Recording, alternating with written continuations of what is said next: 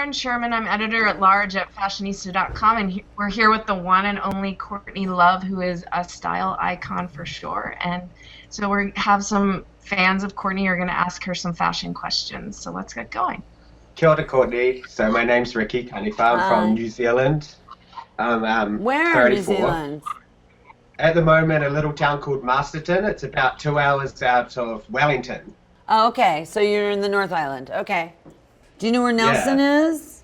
Yeah. You know I went to boarding school there, right? I haven't been. Yeah, I haven't been that far. Well, yeah, it's tiny. It was inspired by a Riccardo Tisci quote I read about you, where he was talking about every time you put on one of his gowns that it transforms and becomes totally you, like totally a Courtney gown. So I wanted to talk a little bit about what you think about someone who has style rather than just being a straight up clothes horse or a fashion victim or someone that follows trends. How did you become a style icon rather than just a fashion horse? And then further on from that, just who do you count as style icons for you, and also your own visual inspirations? Sorry, it's a lot. I didn't know Ricardo said that about me. That's really nice. But he's also talking about haute couture, which is a whole other, that's like taking acid, okay? It's like, I mean, you're talking about, 2,000 seed pearls hidden under a sleeve, all hand sewn, that no one can even know is there. It's crazy. Yeah. Like haute couture is another dimension. And I really, really wish I could afford more of it than the little bits I have. But like, I don't want to be Daphne Guinness and just, I think Daphne's amazing because she wears whatever the hell she wants and she can certainly afford couture. But I love Gwyneth's style as well. And, she just sticks with it. She doesn't give a shit what anyone thinks. And trying to think who I think is a style icon. I'm going to go with the old chestnut. I loved Carolyn Bessette Kennedy's style.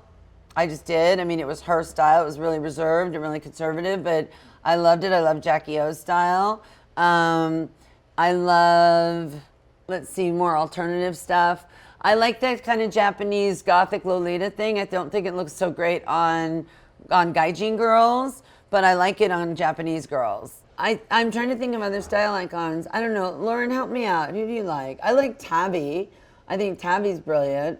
Tabby's great. I mean, I feel like you are obviously for a certain generation, including everyone here, a big influencer people. Were there other rock stars that you were really into growing up that you kind of thought you wanted? No, but I knew of Patti Smith, of course, and I loved PJ Harvey. PJ Harvey would do a persona, not a particular, she didn't commit to a total style, so she had more of a persona thing going on.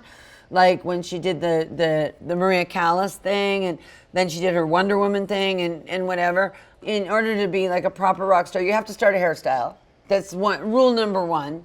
Yeah. I mean, you have to have good songs, but you have to start a hairstyle. I mean, Jack White started a hairstyle. David Bowie started a hairstyle. I mean, you can't really, look, Axl Rose started a hairstyle. So you have to start a hairstyle.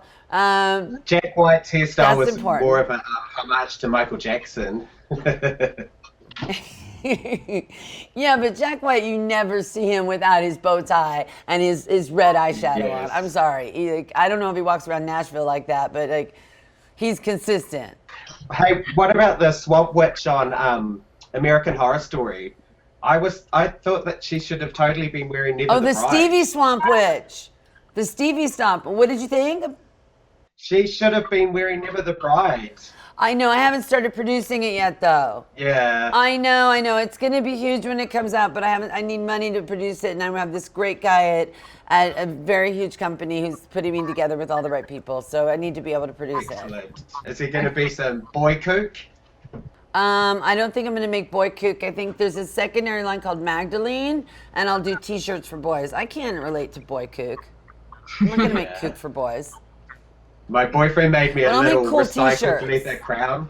Yeah, a little head crown for you. Maybe I'll make a special one. Is that yours? Oh, little boy kook. That's very Panos Panos, though. Come on, that's very Panos. That's very Ricardo and Panos and Rick Owens, what you're doing right there.